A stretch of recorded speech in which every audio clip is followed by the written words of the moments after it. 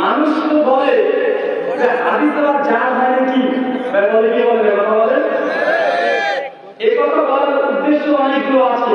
আসলে হাদিসের শত্রু মুসলমানদের মধ্যে কিছু মানুষ আছে যারা হাদিসের শত্রু, এবং ইহুদি এবং খ্রিস্টান তাদের মধ্যে কিছু হাদিসের শত্রু আছে।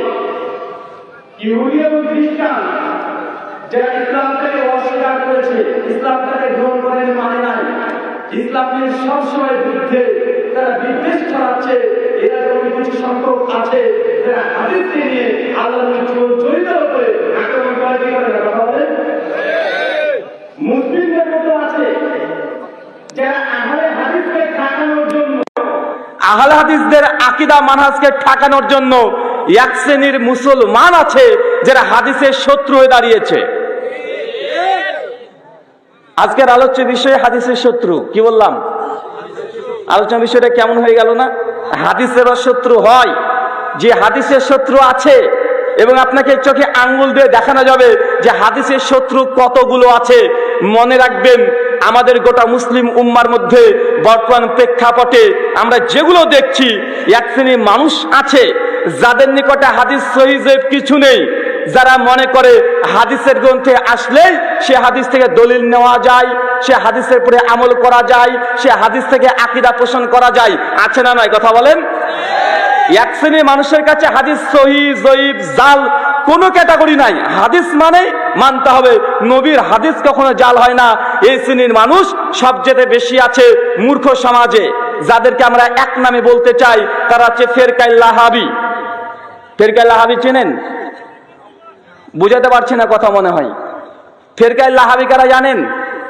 যারা ঈদে মিলাদুন নবীটাকে ধর্ম মনে করে, যারা ঈদে মিলাদুন নবীকেই শুধু ধর্ম মনে করে, যারা ভারত বাংলাদেশ পাকিস্তানের নাম তারা নিজেরা দিয়েছে সুন্নি। কি কথা বলেন? সুন্নি। আমাদের মুস্তাফিজুদ্দিন স্যার তিনি বলেন এরা সুন্নি না, এরা সিন্নি।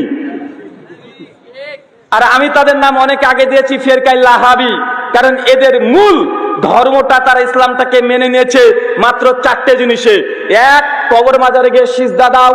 দুই, পীরের কাছে বায়াত করো। তিন, নবীজি হাজির নাজির ইলমে গায়েব, এই বিষয়গুলো। আর 4 নাম্বার আছে শুধু মিলাদ পাঠ করো। যারা মিলাদ করে না তারা কাফের। বা আছে না নাই কথা বলেন? বউ তালাক আছে না? যেমন তেমন তালাক না, অটো তালাক। যারা মিলাদ কিয়াম মানে না তাদের বউ কি তালাক কথা বলেন? অটো তালাক। শুধুমাত্র কিছু মাসালার ক্ষেত্রে তারা মনে করছে ইসলাম ধর্ম এতটাই, 3-4টে আকীদাগত বিষয় আর কবর মাজার পীর পূজা এগুলোকে নিয়ে তারা মনে করছে এটা হচ্ছে মূল ইসলাম। এটা হচ্ছে এক শ্রেণীর ইসলামের মধ্যে দল, যাদেরকে আর একটা নাম আজ থেকে দিতে পারেন, এরা সুন্নি না, এরা হচ্ছে টুন্নি। কি কথা বলেন? এদের অনেকগুলো নাম আছে। আর এক শ্রেণীর মানুষ আছে যারা হাদিস মানে, যারা হাদিস মানে তবে তারা হাদিসকে স্বীকার করতে চায় না।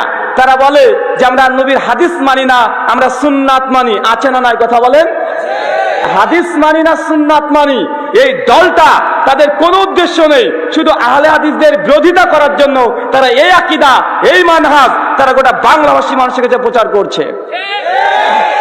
আর এক শ্রেণীর দল আছে, ওরা বলছে আমরা হাদিস মানি, তবে কোরআনের সঙ্গে সম্পৃক্ত হলে তবে আমরা মানি।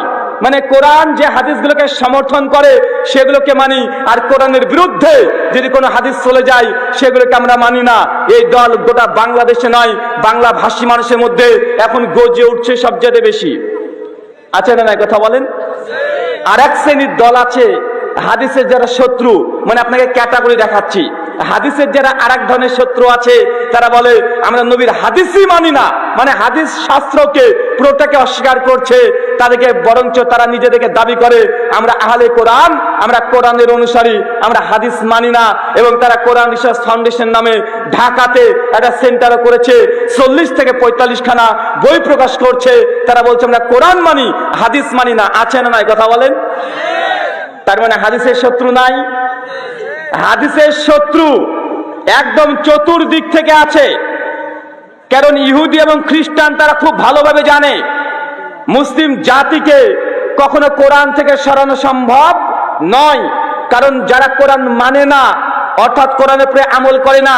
কিন্তু কোনো মুসলমান যে কখনো নামাজ পড়ে না, রোজা করে না, হজ নাই, জাকাত নাই, আমল নাই, ইবাদত নাই, তার সামনে যদি কোরআনের বিরুদ্ধে একটা কথা বলেন, তার রক্ত একদম মাথা পর্যন্ত রক্ত উঠে পড়ে, কি বলে না কথা বলেন।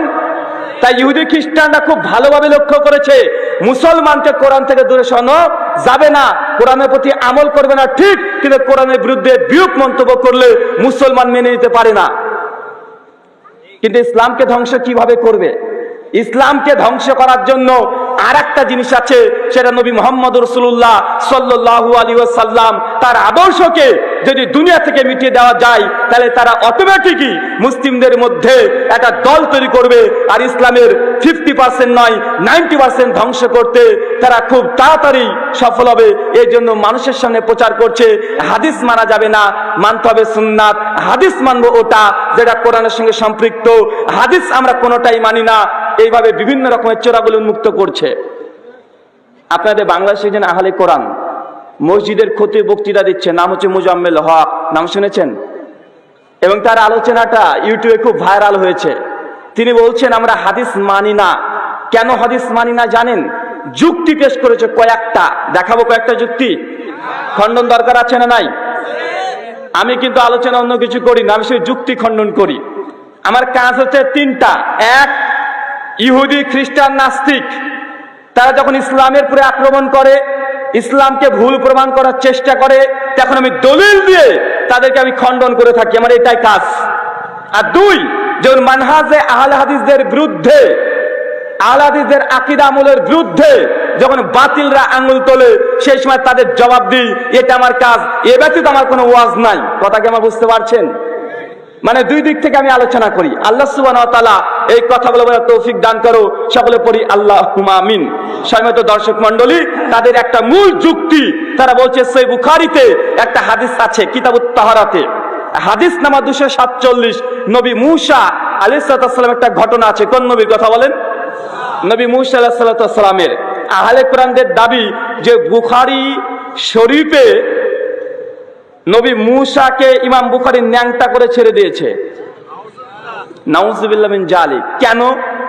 ওরা বলছে বুখারী 247 নম্বর হাদিসে আছে, নবী মূসা আলাইহিস সালামের একদিন তিনি গোসল করতে ঢুকেছেন, তার পরনে যে পোশাক ছিল, পোশাকটা খুলে একটা পাথরের উপরে রেখেছে। কিসের উপরে কথা বলেন?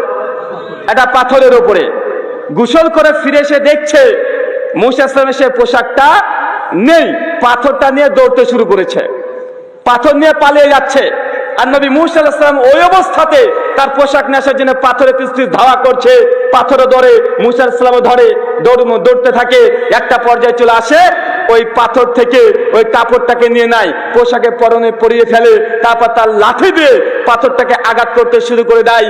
এই হাদিসকে সামনে রেখে আহলে কোরআন তারা বলছে, দেখো তোমরা যদি হাদিস মানো, ইমাম বুখারী হচ্ছে ইহুদিদের দালাল, কারণ ইমাম বুখারী মূসা আলাইহিস সালামকে উলঙ্গ করে দিয়েছে। ভাই অভিযোগ শুনেন নাই? বলছে নবী মূসাকে উলঙ্গ করেছে কি ইমাম বুখারী। কেন? ইমাম বুখারী হাদিস নিয়ে এসেছে বুখারীতে, এটা ইমাম বুখারীর বানানো হাদিস, এটা নবীর হাদিস নয়। নবী মূসা আলাইহিস সালাম এইভাবে উলঙ্গ হয়ে দৌড়তে পারে না, এটা তাদের যুক্তি, তাদের বিবেকে কোলাচ্ছে না। আমি জবাব ভাই দেব, আমার জবাব anti venom, tit for tat. কারণ যে যেটা দিয়ে বুঝে তাকে সেটা দিয়ে বুঝাতে হবে, হবে কি হবে না কথা বলেন? আমি তো বলি ভাইজান, তুমি যে আহলে কোরআন নিজেকে দাবি করছো, কোরআন মানার দাবি করছো, যদি তোমার এই যুক্তি ঠিক হয়, মূসা আলাইহিস ঘটনা হাদিসে যেটা আছে, এটা যদি বুদ্ধিতে বিবেকে না কোলায়, তাহলে আল্লাহকে কি বলবা? ইমাম বুখারীকে দোষারোপ করে বুখারীর সহিহ হাদিসকে তুমি অস্বীকার করছো, তো আল্লাহকে কি বলবা? আল্লাহ তো শুধু নবীকে নয়, নবীর স্ত্রীকেও উলঙ্গ করে ছেড়ে দিয়েছে। কোথায়? সূরা বাকারা খোলেন, সূরা নম্বর 2 আয়াত নাম্বার 28 থেকে 40 পড়েন, সূরা তাহা আয়াত নাম্বার 119 থেকে 125 পড়েন, সূরা আরাফ আয়াত নাম্বার 70 থেকে 76 পড়েন। নবী আদম আলাইহিস সালামের ঘটনা আছে না নাই? নবী আদম আলাইহিস সালাম যখন ভুল করলেন, ওই ফলটাকে খেয়ে ফেললেন, তারপর আল্লাহ সুবহানাহু ওয়া তাআলা নবী আদমকে আর হাওয়া আলাইহিস সালামকে উলঙ্গ করে ছেড়েছে কি ছাড়ে নাই? কথা বলেন তো। আল্লাহ তো শুধু পুরুষ মানুষকে নয়, আল্লাহ তো পৃথিবীর প্রথম মানুষকে উলঙ্গ করে দিয়েছে, এবং মেয়ে মানুষকেও তথা আম্মা হাওয়া আলাইহিস সালামকে উলঙ্গ করে ছেড়েছে। এখন তুমি এই আয়াতকে মানো কিভাবে? ইমাম বুখারী রাহিমাহুল্লাহ সহিহ সনদে, একদম মুত্তাসিল সনদ, যার মধ্যে বিন্দু পরিমাণ সন্দেহ করার জায়গা নাই, মুতাওয়াতির পর্যায়ে হাদিসটা বর্ণনা হয়েছে। শুধু ইমাম বুখারী নয়, এই হাদিস অনেকগুলো গ্রন্থে অনেকজন মুহাদ্দিস তারা সংকলন করেছে। আর তাদের অভিযোগ, এই হাদিস এটা সহিহ হতে পারে না, কেননা মুসা আলাইহিস সালামকে উলঙ্গ করে দিয়েছে। আরে ভাই, কোরআনে আল্লাহ আদমকে উলঙ্গ করেছে, আম্মা হাওয়াকে উলঙ্গ করেছে, এটা তোমার বিবেকে ধরছে কিভাবে? আর একটা অভিযোগ, সহিহ বুখারীর উপরে যা অভিযোগ আছে, আহলে কোরআনরা যত অভিযোগ করেছে ঠিক তার দ্বিগুণ আমাদের হানাফি ভাইরা অভিযোগ করেছে। সহিহ বুখারীর বিরুদ্ধে বই পর্যন্ত রচনা করেছে ইমাম বুখারী সহিহ বুখারীর উপরে। এরা আহলে কোরআন না, হানাফিরা রচনা করেছে। আহলে কোরআনদের আরেকটা দাবি,